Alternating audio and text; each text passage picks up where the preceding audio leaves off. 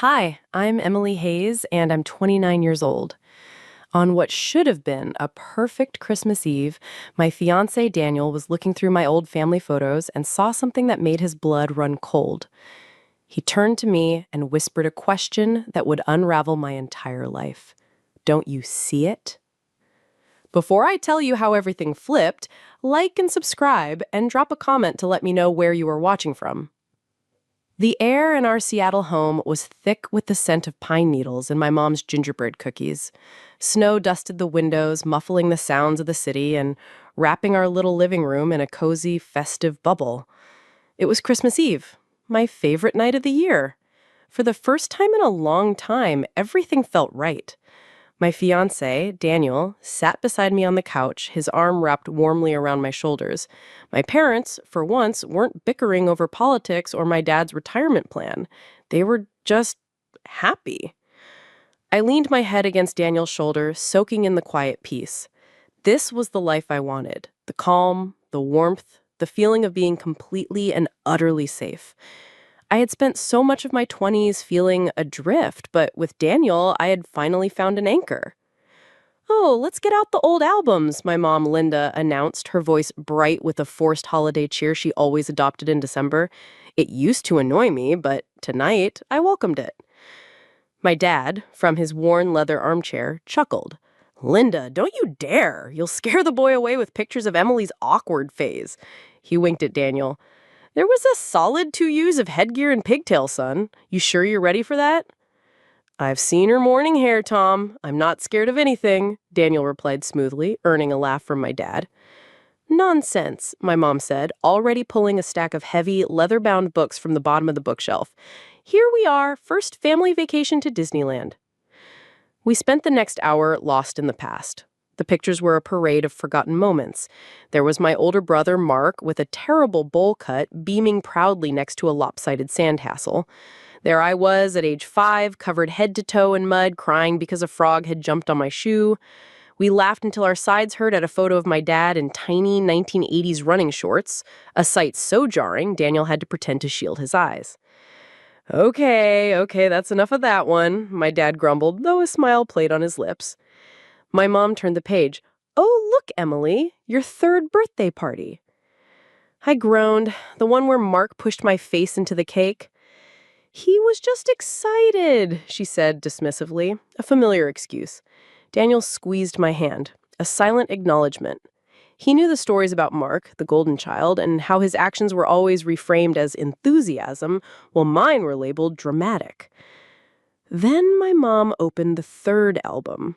This one was from when I was a toddler, before Mark was born, from the years my parents now rarely spoke of. The photos were older, the colors more faded. Oh, this one's my favorite, she said, tapping a finger on a picture of me in a bright yellow sundress, sitting on a picnic blanket in a park. Daniel reached for the heavy book. Let me see, my girl. He took the album, resting it on his lap. He slowly turned the thick, plastic-covered pages, a soft smile on his face as he looked at photos of a chubby-cheeked baby who was apparently me. I watched his face, enjoying the way his eyes lit up. But then the light in his eyes went out. He stopped turning the pages. His fingers, which had been gently tracing the edges of the photos, went completely still. The smile vanished from his face, replaced by a sudden, sharp stillness. It was as if a mask had dropped, revealing a stranger. His face drained of all color, leaving his skin a pasty, sick-looking white. He was staring, not at the whole page, but at one single photograph. The silence stretched. The only sounds were the crackle of the fire and the ticking of the grandfather clock in the hall. Dan? I whispered, nudging him gently. You okay? He didn't answer. He didn't even seem to hear me. His focus was absolute. He leaned closer to the album, his brow furrowed in a way I'd never seen before, not in frustration or concentration, but in a kind of horrified disbelief. The photo he was staring at was a group shot from a neighborhood barbecue. My dad was at the grill, a plume of smoke rising around him. My mom was talking to a neighbor, her head thrown back in laughter. And there I was, a tiny figure in the background, playing near a large oak tree. It was a simple, unremarkable picture. I'd seen it 100 times and never given it a second thought. Daniel, what is it? I'm scaring you, I said, my voice a little louder this time, a tremor of panic in it. My mom let out a nervous little laugh. What's the matter, Daniel? See a ghost? He finally lifted his head. His gaze shifted from the photo to my mom, then to my dad, a silent, searching look that made my blood run cold. My father's easygoing expression tightened. My mother's smile faltered, replaced by a strained, blank look. Something unspoken was passing between them, a current of panic I couldn't understand. Finally, Daniel's eyes met mine. They were dark with an emotion I couldn't place. Shock, fear, and something else. Pity. He swallowed hard, and when he spoke, his voice was a raw, low whisper that cut through the festive air like a shard of glass. Don't you see it? See what? I asked, my voice barely audible. The beautiful, perfect bubble of my Christmas Eve had just burst. I took the album from his lap, my hands shaking slightly. I looked down at the picture, my heart pounding against my ribs. It was just a blurry, faded photo from a summer day nearly 30 years ago. Just my parents, our neighbors, and me, a little girl in a yellow dress playing by a tree. I stared and stared, tracing the grainy outlines of the people, the tree, the house in the background. I saw nothing, absolutely nothing out of the ordinary. To understand why I saw nothing in that photograph, you have to understand my family. You have to understand the role I was born to play. I grew up here in Seattle, in the same house that now felt cold and strange. It was always me, my parents, John and Margaret, and my older brother, Ethan. To call Ethan the star of our family would be an understatement.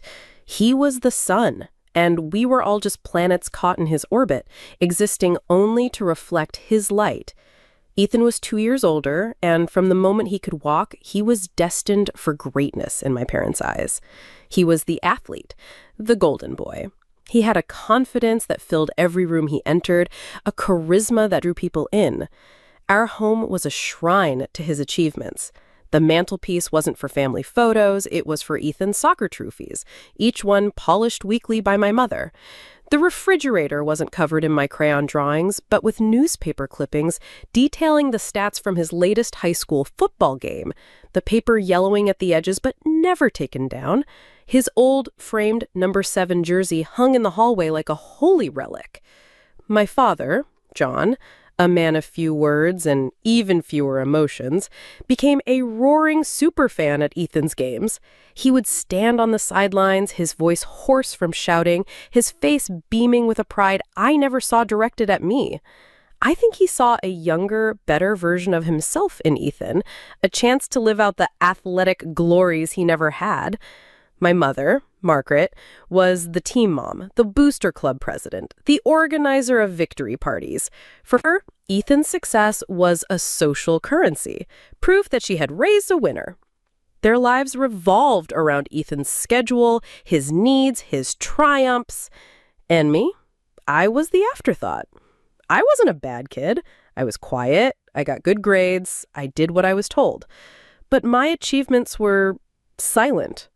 A report card with all A's was met with a distracted, "That's nice, honey. Now pass the salt." A painting I was proud of earned a quick glance before the conversation turned back to Ethan's upcoming tournament. My role was to be invisible, to not cause a fuss, and to support the main event, my brother. I have a memory that feels like the summary of my entire childhood. I was 9 years old, sitting on cold metal bleachers during one of Ethan's soccer games. It was drizzling and I was shivering, but I had just gotten back a story I wrote for a school competition. I had won first place. A blue ribbon was clipped to the top page. I was bursting with pride, clutching the papers inside my jacket to protect them from the rain. I waited for a timeout, then scurried down to my parents. "Mom, Dad, look," I said, my voice trembling with excitement as I held out the story. My dad didn't even look down. His eyes were glued to the field. "Not now, Emily. The game's about to start back up." "But Dad, I won!" "Emily, be quiet," my mom said, her voice sharp but low. She wasn't looking at me either. Ethan needs to focus. I retreated back to my seat, the blue ribbon feeling stupid and worthless. I learned my lesson that day. My accomplishments weren't just secondary, they were a distraction from what truly mattered. This pattern only got worse as we got older. On the night of my first high school formal, I came downstairs in a new dress I'd bought with my own babysitting money. I felt nervous and pretty. My hair curled for the first time. My date was waiting at the door. But when I entered the living room, my parents were hunched over the dining table with Ethan, surrounded by college brochures. He was a senior, and the all-important decision of where he would accept a football scholarship was consuming the entire household. "How do I look?" I asked, doing a small, awkward twirl. My dad grunted without looking up. My mom glanced over her shoulder, a pen behind her ear. "Oh, that's nice, dear. Don't stay out too late. John, do you think this athletic program is better than the other one?"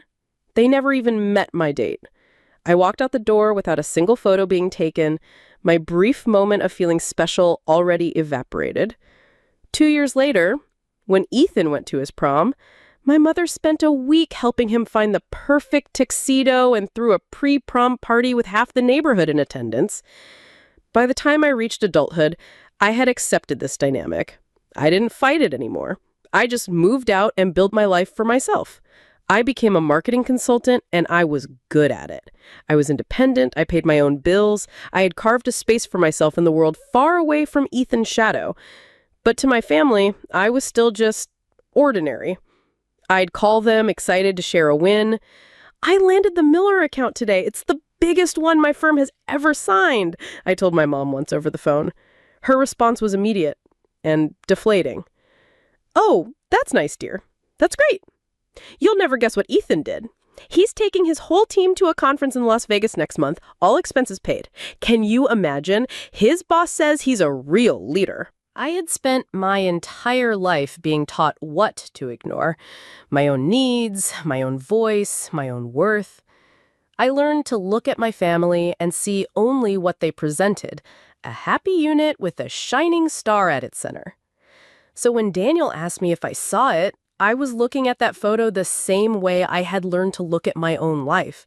I was seeing only what I was told was important. And I had never been important. After years of feeling invisible, meeting Daniel was like learning to see in color for the first time. It happened 3 years ago. I was leading a presentation for a new marketing campaign at my firm, pitching to a major tech company. The conference room was sterile and intimidating, all glass and steel. And I was the youngest person at the table. I felt my usual wave of insecurity, the voice in my head, which sounded suspiciously like my mother's, telling me I was out of my league. Daniel was a senior executive for the client company, sitting at the far end of the long, polished table. While other executives checked their emails or shuffled papers, he was completely still, his eyes fixed on me, listening. When I finished, the room was silent for a moment. Then Daniel spoke, his voice calm and clear. He didn't offer a polite, dismissive compliment. He asked sharp, insightful questions. "On slide 12, you referenced a demographic shift. Can you elaborate on the data source for that? It's a brilliant angle." He challenged one of my assumptions, making me defend my work and, in doing so, making my argument even stronger. He treated me not like a junior employee, but like an expert. I walked out of that room feeling a sense of professional validation I had never known. He called me the next day, not just to approve the campaign, but to ask me to dinner. On our first date, I found myself falling into old habits, downplaying my own life. When he asked about a recent promotion, I shrugged. "Oh, it was just a small thing, really. More responsibility, same office." Daniel stopped eating and looked at me, his expression serious but kind. "It wasn't a small thing, Emily. You told me you beat out 3 other candidates. That's a major achievement. You need to own your successes." No one had ever said anything like that to me before. He saw the things I had been trained to see as insignificant, and he gave them weight. A few weeks later, after a particularly draining phone call with my mom where she had spent 20 minutes talking about Ethan's new car, I was quiet and withdrawn. Daniel didn't push me to talk. He just sat next to me on the couch, put his arm around me and waited. After a while, I mumbled, "I just feel like I'm running a race I can never win." He was silent for a moment, then said, "Then stop running their race. You're not on the same track as your brother, Emily. You're building your own, and from where I'm sitting, you're doing an incredible job." He made me feel seen. He was kind, he was successful in his own quiet way, and he was deeply supportive. He was everything my family wasn't. Naturally, they didn't like him. I brought him home for dinner about 6 months into our relationship, and the evening was an interrogation disguised as a meal. My father drilled him relentlessly. "So, marketing. What's the long-term play there? What's your 5-year plan? You have a diverse investment portfolio, I hope?" My mother watched him with a critical eye, judging the way he cut his steak, the fact that he didn't laugh loudly enough at my dad's jokes. They were measuring him against Ethan, and Daniel was nothing like my brother. Where Ethan was loud and charming, Daniel was calm and thoughtful. Where Ethan boasted, Daniel listened. Later that night, as I was helping my mom clear the dishes, she cornered me. "Well, he's certainly stable," she began, loading the word with doubt. "He is," I said, my guard immediately up. "He's a good man, Mom." She turned to me, her voice dropping to a conspiratorial whisper. "He's too serious, Emily. There's no spark. Are you sure he'll fit in?" Fit in. It hit me then what she meant. Serious, to my mother, meant he wouldn't play the game. He wouldn't laugh at the right times, flatter my father, or treat Ethan like a celebrity. To her, serious meant he was a threat to the family's carefully constructed performance. He wouldn't be another adoring fan in the cult of Ethan. He saw me, and by seeing me, he was a threat to the family structure that required me to be invisible. But I loved him for it. I loved him because he didn't need to be the center of attention. I loved him because when I was anxious or overwhelmed by my family's loud, chaotic energy, he would simply take my hand, and his quiet strength would flow into me, grounding me. He was my peace. With him, I didn't have to be the quiet afterthought. I could just be Emily. He was my anchor in a world that had always tried to wash me away. And now, sitting in my parents' living room, I watched that anchor break. The calm, steady man I loved was gone, replaced by a pale, terrified stranger staring at a faded photograph. His quiet strength had shattered in an instant, and the ground was falling out from under my feet. Every year, I told myself I wouldn't go, and every year I found myself sitting at my parents' dining table, a forced smile plastered on my face. This Christmas was no different. The reluctance was a heavy weight in my stomach as I pushed a piece of dried turkey around my plate. Daniel sat beside me, a solid, calming presence, though even he seemed more tense than usual in the oppressive atmosphere of my family home.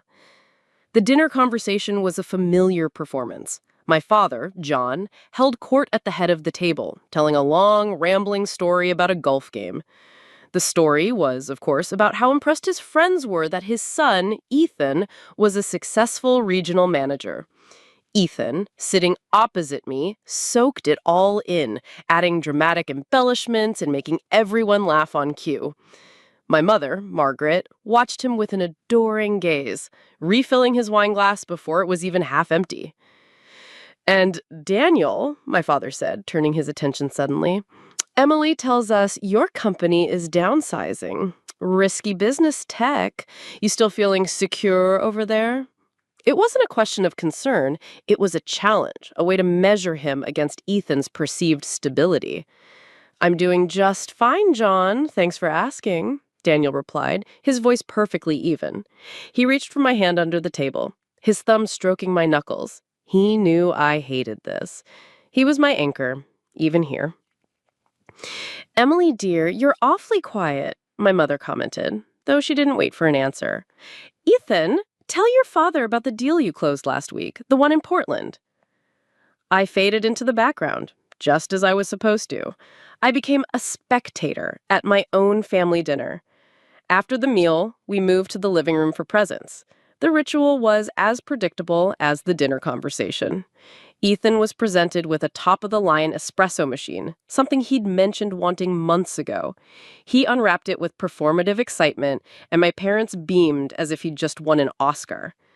My gift from them was a beige cardigan. It was a size too large, the kind of thing I would never wear. I knew it had been a last-minute, thoughtless purchase. Still, I put on my best grateful daughter face. "Thank you so much. It's lovely." "I thought it was practical," my mother said, her eyes already back on Ethan as he plugged in his new machine. Daniel's gift to me was a beautiful framed first edition cover of my favorite book. It was thoughtful, personal, and it made my throat tighten with emotion. When he opened my gift to him, tickets to see his favorite band, he pulled me into a hug and kissed me, whispering, "It's perfect." For a moment, we were in our own little world. But that world was quickly invaded. "All right, who wants to see some old photos?" my mom announced, her voice booming with manufactured cheer. Before anyone could protest, she was pulling the heavy leather-bound albums from the bookshelf. This was her favorite post-dinner activity, the Ethan Hayes highlight reel. She settled on the floor, placing the first album on the coffee table. "Oh, look, here's Ethan's first t-ball game. He hit a home run, remember, John?" My father chuckled. "Cleared the bases. Kid was a natural from day one." Page after page, it was the same. Ethan scoring a goal, Ethan winning the science fair, Ethan with his prom queen girlfriend. The commentary from my parents was a gushing tribute. Emily's role in this trip down memory lane was to be a blurry figure in the background, or more often, not present at all. I sat back on the couch, the oversized cardigan feeling like a costume, and watched the celebration of a childhood I was barely a part of. Daniel tried to include me. "There's Emily," he said, pointing to a small picture of me on a swing set. "Oh, yes," my mother said distractedly, already turning the page. Anyway, this next one is hilarious. This is when Ethan tried to build a treehouse. Finally, she pulled out the third album, the one before Ethan was born. Her energy shifted. These were the forgotten years, the ones that didn't fit the established narrative. She flipped through the pages more quickly, her commentary faltering. "And that's just us at a barbecue. Oh, a trip to the lake. Wait, go back," Daniel said, leaning forward. "Let me see that one." He reached for the heavy book. My mom handed it over, a flicker of something, annoyance? Anxiety? In her eyes? Daniel rested the album on his lap. He slowly turned back to the page he had spotted. He was smiling at first, looking at the faded images of the woman he loved as a chubby-cheeked baby. But then his smile froze. He stopped on one page. His fingers, which had been gently tracing the edges of the photos, went still. The gentle, happy expression on his face vanished. It was like a shutter had closed, leaving his features tight and pale. He stared down at the page, his breathing so shallow I could barely see his chest move. "Dan?" I whispered, gently nudging him. "You okay?" He didn't answer. He just kept staring, his eyes wide, fixed on one specific photo. It was the group shot from the neighborhood barbecue. My dad at the grill, my mom talking to a neighbor, and me in the background, a tiny girl playing near a large oak tree. A simple, unremarkable picture. My father's jovial expression had tightened into a hard line. My mother was gnawing on her lower lip, her energy completely gone. They were watching Daniel, and there was fear in their eyes, a shared secret fear that made the hair on my arm stand up. "Daniel, what is it? You're scaring me," I said again, my voice trembling. He finally lifted his head. He looked from a photo to my mom, then to my dad, and finally his eyes locked with mine. They were dark with shock, disbelief, and a deep, painful pity that I didn't understand. He swallowed hard, and when he spoke, his voice was a raw, low whisper that cut through the festive air. Don't you see it? I took the album from his lap, my heart pounding. I looked down at the grainy picture, at the little girl who was me, and I saw nothing. Absolutely nothing. And his question hung in the silent, suffocating room, promising to destroy it all. The silence in the room was a physical thing. It was heavy and suffocating, pressing in on me from all sides. My father, John, stood frozen by the fireplace, his face a thunderous mask. My mother, Margaret, had shrunk into the cushions of her armchair, her hands clenched in her lap, her eyes wide and terrified. All the festive warmth had been sucked out of the air, leaving a cold, terrifying vacuum. And in the middle of it all was me, holding the photo album, and Daniel, the man whose simple question had just detonated our lives. "See what?" I asked again, my voice sounding small and distant to my own ears. I stared down at the photograph, my eyes scanning it desperately. The image was at least 27 years old, faded and grainy. It was a chaotic scene from a summer barbecue. I looked for something out of place, something scary, a strange face in the window of the house behind us, a dangerous object lying in the grass. My mind was searching for a simple, logical threat. Daniel leaned over, his body trembling slightly. He didn't touch me, but I could feel the frantic energy coming off him in waves. He pointed with a shaky finger, not at the foreground where the main action was, but at the blurry background. "There," he whispered, his voice hoarse, "behind the big oak tree. Look." I followed his finger. My eyes struggled to focus on the grainy details. There were several people milling about in the background, their features indistinct, but he was pointing to two specific figures, standing partially in the shade of the tree. One was a young woman with dark hair, her head tilted back in a laugh. It was my mother. I recognized the dress she was wearing from other photos. She looked so young, so carefree. The other figure was a man. He was tall, with dark hair that fell across his forehead in a way that was startlingly familiar. He was standing close to my mother, his arm wrapped securely around her waist, his hand resting on her hip. It wasn't a casual, friendly gesture. It was possessive, intimate. My mother was leaning into his embrace, her body language open and relaxed. A cold knot formed in my stomach. I had never seen this man before. He wasn't one of the neighbors I remembered. He wasn't a family friend. "Who is that?" I breathed, tracing the outline of the man with my fingertip. "Look at his face, Emily," Daniel urged, his voice cracking. I leaned closer, squinting. The man's face was partially obscured by shadow, but his smile was bright and clear. He had a strong jawline and deep-set eyes that seemed to sparkle, even in the faded photograph. A strange sense of recognition flickered through me. He looked familiar. I looked from the man in the photo to Daniel, who was now kneeling beside me on the floor. And then I saw it. It was like a punch to the gut, knocking the air from my lungs. The resemblance wasn't just passing, it was profound. The shape of the eyes, the way the smile crinkled the corners, the line of his jaw. It was like looking at an older, rougher around the edges version of the man I was going to marry. The world tilted, the cheerful living room dissolving into a dizzying blur. A small, choked gasp escaped my lips. The heavy album suddenly felt like it weighed 1,000 pounds. "What is the meaning of this?" my father boomed in, shattering the tense silence. He took a step forward, his face flushed with anger. It was his default setting. When cornered, attack. "It's just an old photo. Daniel, you are upsetting everyone. Stop this nonsense." "This isn't nonsense," Daniel shot back, not even looking at my father. His eyes were locked on mine, and they were filled with a dawning horror that mirrored my own. He took a deep, shuddering breath.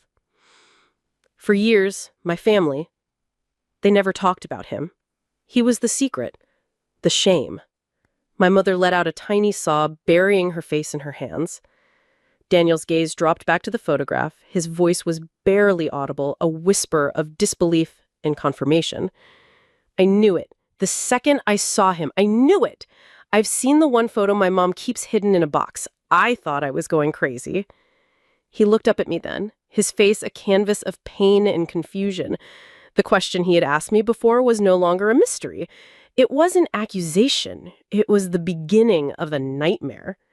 His hand was trembling as he reached out, his finger hovering just above the smiling man in the picture. He whispered my name, and it sounded like a plea. "Emily, don't you see it? That man, that's my Uncle Robert." The name dropped into the silent room and seemed to hang in the air, shimmering with impossible meaning. Richard. My heart didn't just stop. It felt like it was seized by an icy hand. The sound of the fire crackling, the hum of the refrigerator from the kitchen, my own breathing, it all vanished, replaced by a deafening roar in my ears. The world narrowed to a single point of focus, the face in the photo and the name that Daniel had just given it. Richard.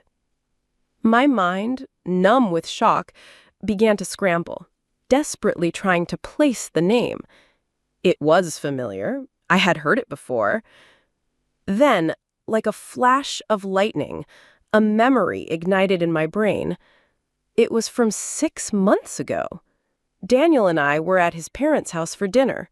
His mother, a quiet, gentle woman named Sarah, had been showing me a small, dust-covered box of old photographs she kept in her study. They were mostly black and white portraits from her own childhood. "And this," she had said, her voice softening with a familiar sadness, as she handed me a stiff, wallet-sized photo. "This was my brother Richard." I remembered the picture perfectly. It was a formal portrait of a young man in his early 20s. He was handsome, with the same deep-set eyes as Daniel and a serious, almost brooding expression. He wasn't smiling, but there was a kindness in his face. "He's so handsome," I'd said. "He looks a lot like Daniel." Sarah had given me a sad, watery smile. "Yes, he does. Daniel has his eyes."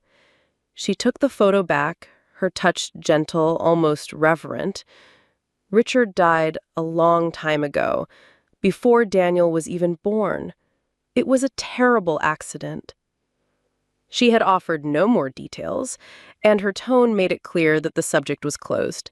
He was a tragedy, a ghost in their family history. Now, my brain struggled to merge two irreconcilable images. On one hand, there was the serious, tragic young man in the formal portrait, Daniel's dead uncle. On the other, there was the laughing, carefree man in the faded color photo, his arm wrapped possessively around my young mother. They were the same person. It was impossible. It made no sense. But it was true. My body knew it before my mind could accept it. A wave of nausea washed over me. A sudden, sharp snap broke my trance. I looked up. My mother, her face as pale as a sheet, had lunged forward and slammed the photo album shut. The sound echoed in the dead silent room like a gunshot.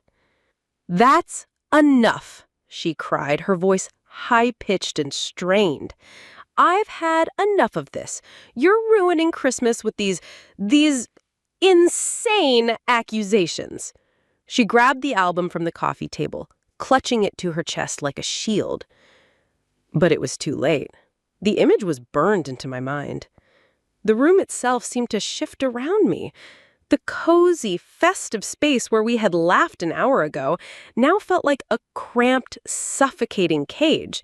The cheerful Christmas decorations looked garish and mocking. The laughter that had filled the air was now a ghost, its absence a heavy, suffocating presence. This was no longer a home. It was a crime scene, and the evidence had just been hidden away. "Get that book out of here, Margaret," my father commanded, his voice a low growl. He pointed a thick finger at Daniel. "And you. I think you've said quite enough. It's time for you to leave." He was trying to restore order, to expel the source of the chaos. He wanted to pretend the last 5 minutes had never happened. But Daniel wasn't looking at my father. He was staring at my mother, his face a mixture of disbelief and profound betrayal. He was a victim in this too. His own family's tragic story had just been twisted into something ugly and unrecognizable. "How?" Daniel whispered, his voice cracking. He wasn't asking for an explanation.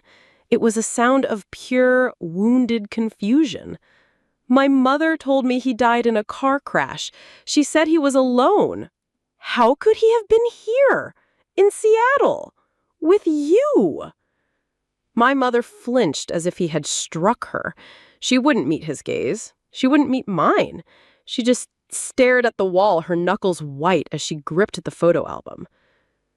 Then I looked at her. Really looked at her. I saw past the familiar face of my mother and saw a stranger, a young woman in a faded photograph with a secret. A woman so terrified that she was willing to break her own heart to keep that secret buried. The questions started exploding in my mind, one after another. How did she know Daniel's uncle? Why was it a secret? Why the intimate pose? And the darkest question of all, the one that was beginning to take shape in the depths of my horror. Why did the dead man in the photograph look so much more like me than my own father did? All my life, I thought I was an afterthought, the quiet, ignored daughter. But what if I wasn't an afterthought? What if I was the secret? The front door clicked shut behind Daniel, the sound unnaturally loud in the dead silence of the living room. My father, John, locked it and turned, his face a mask of cold fury. He didn't look at me. His anger was directed entirely at my mother, who was still standing by the coffee table, clutching the photo album to her chest. "I hope you're happy, Margaret," he hissed, his voice low and venomous. 30 years. 30 years we kept this buried, and you bring it out for a Christmas party? I didn't know," she whispered, her voice breaking. "How could I have known who that boy was? It was just a picture, John." "There is no just a picture, and you know it," he snapped. He stalked past both of us and disappeared down the hall towards their bedroom, slamming the door behind him. The house fell silent again, a heavy, suffocating blanket of unspoken history. Ethan, who had been watching the entire exchange with a look of utter confusion, finally spoke. "Mom, what is going on? Who was that guy?" "It's nothing, Ethan. It's adult business," she mumbled, walking past him as if in a trance. Just go to bed. Christmas is over." She disappeared into the kitchen, leaving me alone in the wreckage of the living room. I stood there for a long time, the festive lights on the tree blinking mockingly. My mind was a whirlwind of noise. Daniel's whispered question, my father's rage, my mother's choked sobs. I felt strangely calm, a cold clarity settling over me. The quiet girl who always avoided confrontation was gone. She had died tonight, right here on this carpet. In her place was a woman who needed answers. I waited an hour, letting the sounds of the house settle. I heard Ethan go upstairs to the guest room, his footsteps heavy. The house was still. I walked into the kitchen. The main lights were off, but a small lamp over the sink cast a pale, sickly glow.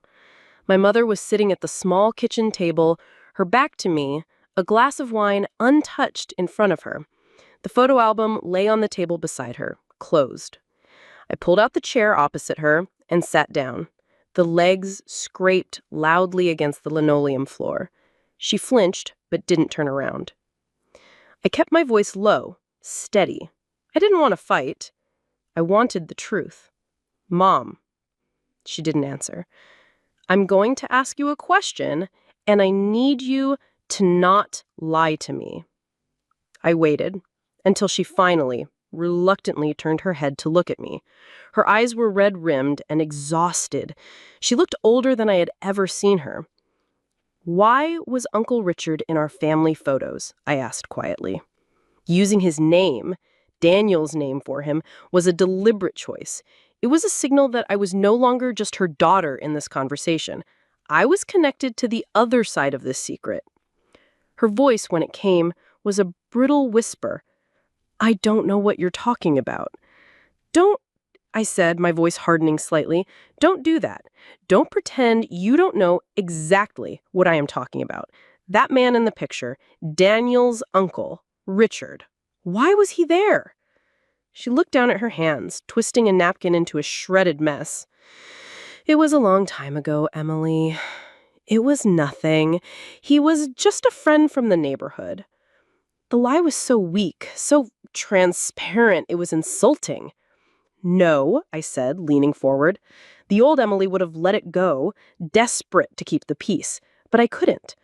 "No, friends don't hold each other like that, Mom. And friends don't make Dad look like he wants to burn this house to the ground. Friends aren't a secret so big you have to slam a book shut to hide them." I let the words hang in the air, then I pushed harder. "And friends from the neighborhood don't just happen to be my fiancé's dead uncle, a man his family thinks died hundreds of miles from here in a car accident. So you're going to have to do better than just a friend." She started to cry then, silent, shuddering tears that ran down her face and dripped onto the table. The sight didn't soften me. It was the crying of a cornered person, not a remorseful one. "You don't understand," she sobbed. "Then make me understand," I insisted, my voice still quiet but unyielding. "Fine," she snapped, her voice cracking. "Fine. You want to know? You and that boy digging up things that should have stayed buried. Fine. He wasn't just a friend." The silence that followed was the loudest thing I had ever heard. I waited, my entire body rigid. My mother took a shaky breath, her gaze fixed on some point in the distant past. "He was someone important," she whispered, the words barely audible. "He was someone important to me. A very long time ago. Before your father. Before all of this." She didn't say anything else. She didn't have to. The unspoken truth filled the space between us, heavy and suffocating. Richard wasn't just a friend. He wasn't just in our lives. He was woven into the very fabric of our family's hidden past. His ghost had been sitting at our dinner table my entire life, and I had never even known he was there. I looked at my mother, at the tears streaming down her face, and I felt nothing but a cold, hollow emptiness. The woman I thought I knew was gone. In her place was a stranger guarding a tomb of secrets, and I knew, with a certainty that chilled me to the bone, that I was one of them. The weeks following that disastrous Christmas were a slow, agonizing bleed. The wound in our family didn't close. It festered. My father, John, moved into the guest room, and the silence in the house became a weapon he and my mother, Margaret, used against each other. Ethan, my brother, the golden boy whose world had been built on a lie, was adrift. He threw himself into his work, avoiding the house and the suffocating tension within it. His wife, Sarah, a quiet and observant woman whom my mother had always treated with a polite but firm distance, watched it all, her presence a silent judgment my mother couldn't stand. I was gone. I had walked out that Christmas day and had not looked back. My communication was limited to brief, informative texts. Daniel and I were navigating our own strange new reality, a relationship forged in a shared trauma. To my family, especially to Ethan, we were the detonators of their peace. One Sunday evening, nearly 2 months later, Ethan and Sarah came for dinner. It was my mother's desperate attempt to stitch the family back together, to pretend that a pot roast and her best china could mend a chasm that had opened between us all. The air was thick with things unsaid. After the strained and mostly silent meal, my mother asked Sarah to help her clear the plates, leaving Ethan alone with my father. It was a classic Margaret move. Divide and conquer.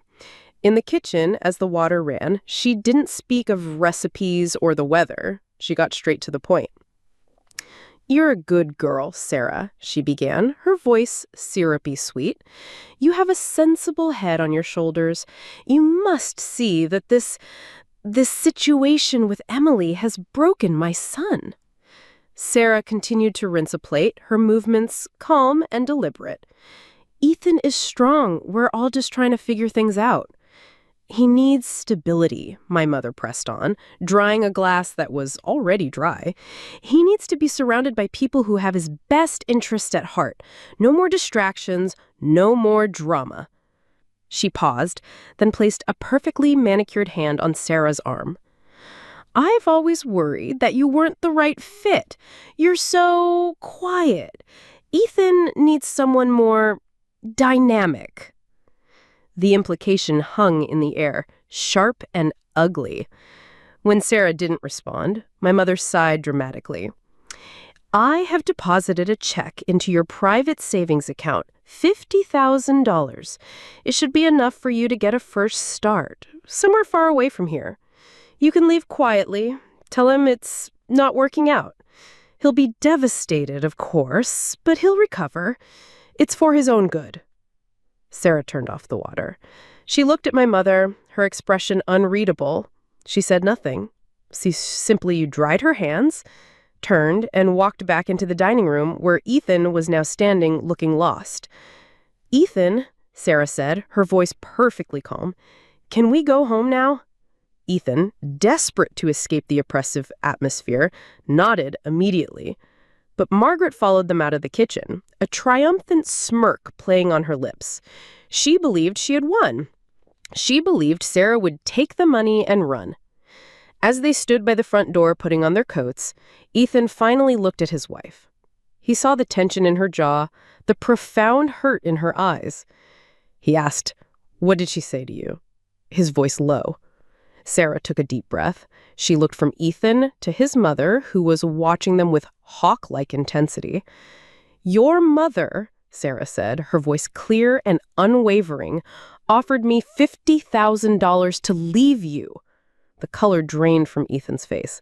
He stared at his wife, then turned his gaze to our mother. For the first time in his life, the blind adoration in his eyes was replaced by a cold, hard glare. "You did what?" he whispered.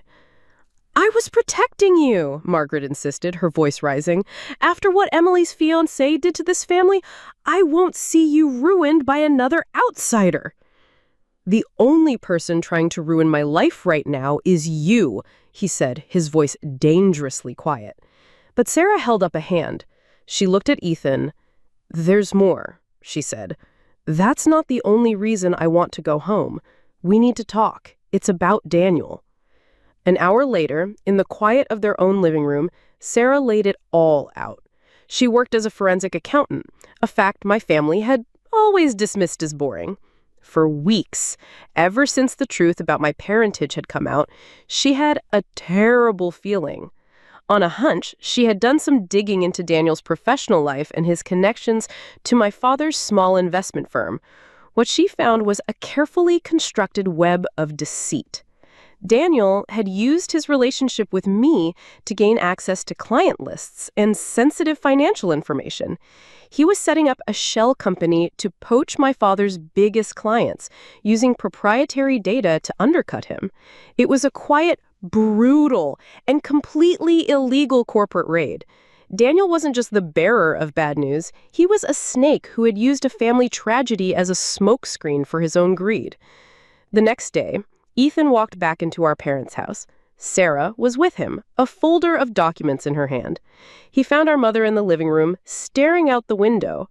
"We need to talk," Ethan said. Margaret turned, a defiant look on her face. "If you've come to yell at me for trying to protect you from that timid little mouse..." Ethan cut her off, his voice like ice.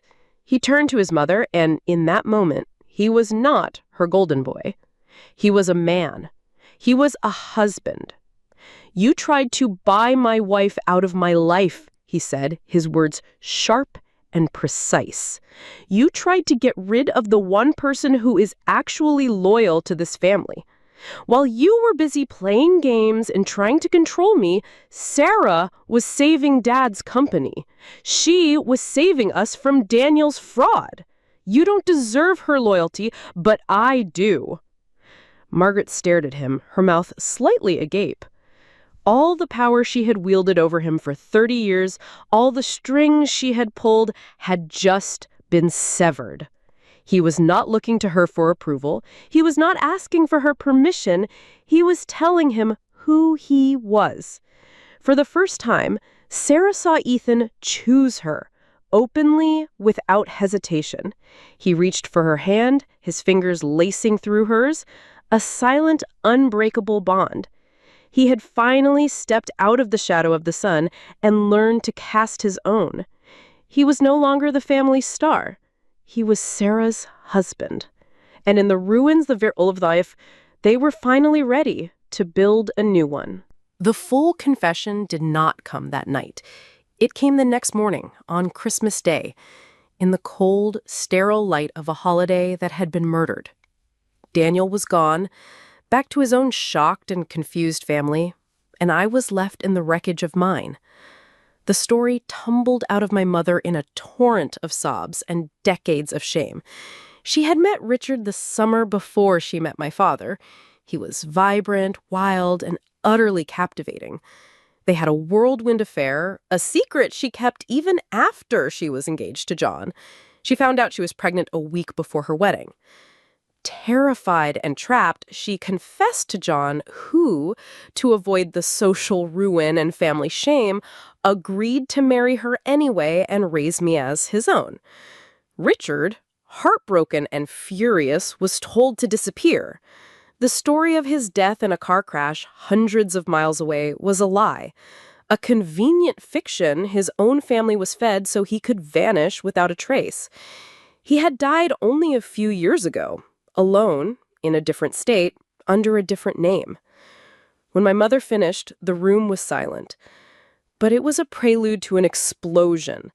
The carefully constructed image of the perfect Hayes family didn't just crack, it detonated.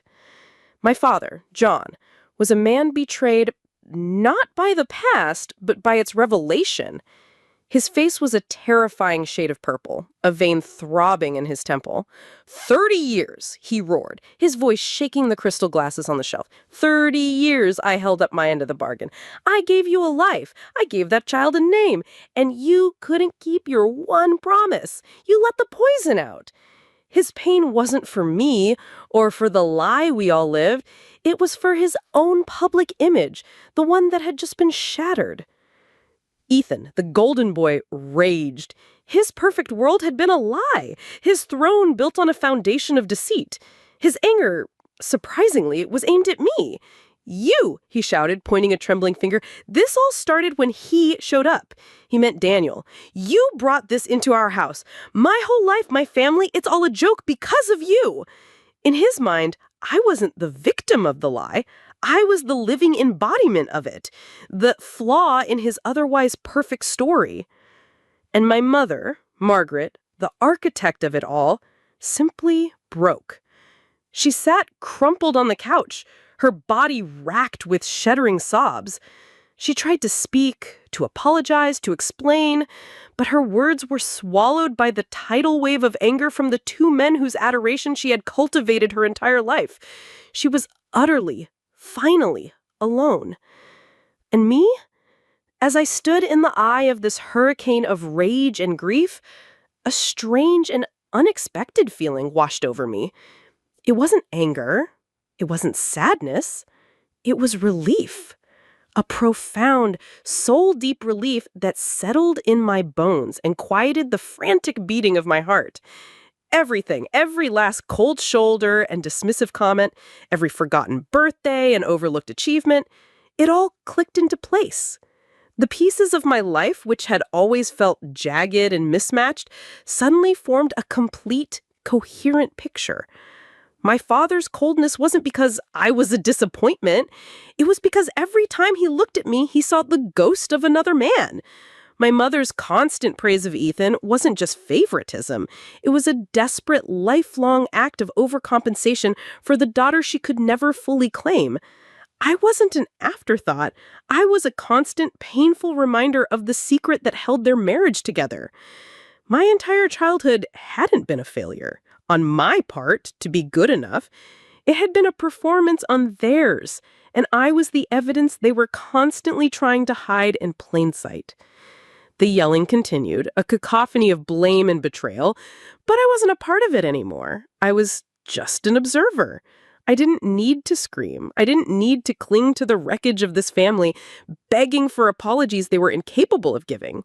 The truth, however ugly, had set me free. They could have their drama. I chose peace. Quietly, I walked to the hallway and picked up my coat and my purse. Their yelling faltered as they all turned to look at me, the silent center of their storm. I looked at John. "Thank you for giving me a home," I said, my voice clear and steady. "I'm sorry it cost you so much." I looked at Ethan. "Goodbye, Ethan." Finally, I looked at my mother, her face streaked with tears and mascara. "I hope you find some peace, Mom." I didn't wait for a response. I turned, walked to the front door, and opened it. The cold December air hit my face, and it felt like the first clean breath that I had ever taken. I walked down the steps and didn't look back. Daniel was there, parked down the street, just as he said he would be. I got into the passenger seat. The warmth of the car enveloped me. He didn't say a word. He just looked at my face, and I knew that he understood.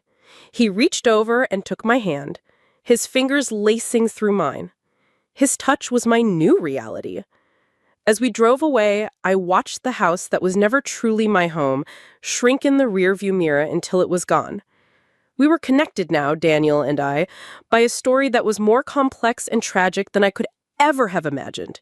He had lost the uncle he never knew, and I had found the father I never had. It was a strange and painful foundation, but it was real. And as we drove towards the future, leaving the chaos and the lies behind us, I knew we would build our own family on that foundation. Not on perfection, but on the quiet, resilient strength of a truth that had finally, painfully, seen the light of day. Have you ever had a family secret revealed in the most unexpected moment? A whispered comment? A forgotten letter? Or a photograph that changed everything? Share your story in the comments below. If my story resonated with you, don't forget to like, subscribe, and follow for more stories of betrayal, survival, and poetic justice, because sometimes the past whispers louder than the present.